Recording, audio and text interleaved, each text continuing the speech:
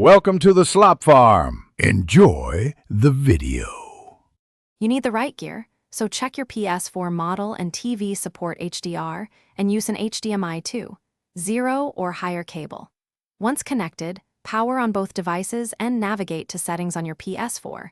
Go to Sound and Screen, then Video Output settings to start. Make sure your TV is set to the HDMI input that supports HDR. You're beginning the configuration now. Don't skip the system update, because the latest firmware includes important HDR handling and compatibility fixes. Now adjust the Ps4 output to match your display. On Ps4 Pro, set resolution to 2160p if connected to a 4K HDR TV, otherwise choose your TV's native resolution. Next, enable HDR in video output settings. If HDR appears, toggle it on and set deep color output to automatic so color depth negotiates correctly. Also set RGB range to automatic unless you know your TV needs limited.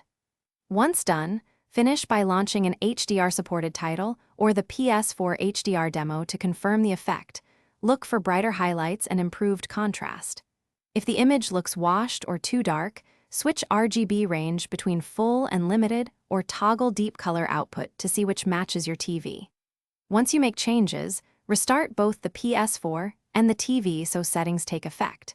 If problems persist, update your TV firmware and recheck HDMI port labeling. This simple fix resolves most handshake or compatibility issues.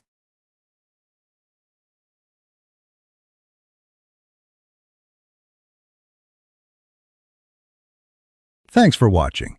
Consider subscribing if we helped you today.